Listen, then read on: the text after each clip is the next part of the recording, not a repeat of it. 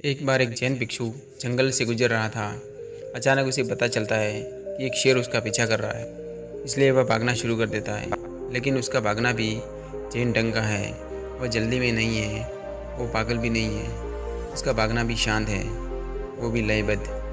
वह इसमें रस ले रहा है। ये कहा जाता है कि भिक्षु ने अपने मन में सोचा कि अगर शेर उसका मज़ा ले रहा है तो मुझे क्यों नहीं लेना चाहिए, और शेर उसका पीछा कर रहा है। फिर वह ऊंची चट्टान के नज़दीक पहुंचता है। शेर से बचने के लिए वह पेड़ की डाली से लटक जाता है।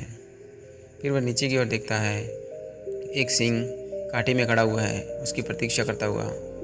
फिर वो शेर भी पहुंच जाता है पहाड़ी की चोटी पर, और वह पेड़ के पास ही खड़ा हुआ है। भिक्षु बीच में लटक रहा है, बस वो डाल को पकड़े हुए है।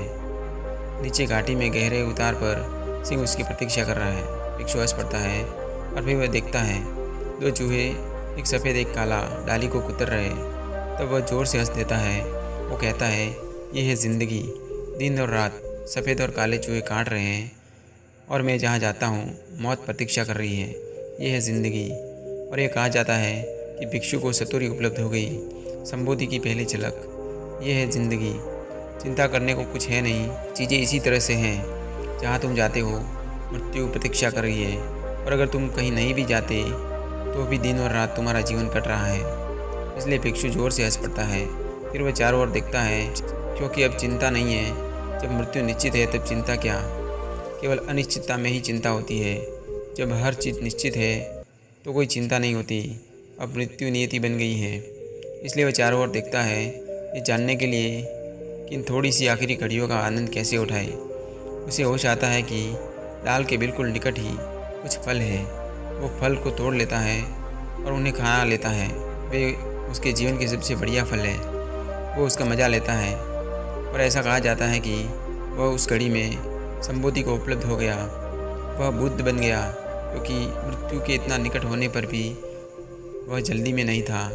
वह फल में रस ले रहा था। वह बहुत मीठे थे। उसने भगवान को धन्यवाद दिया।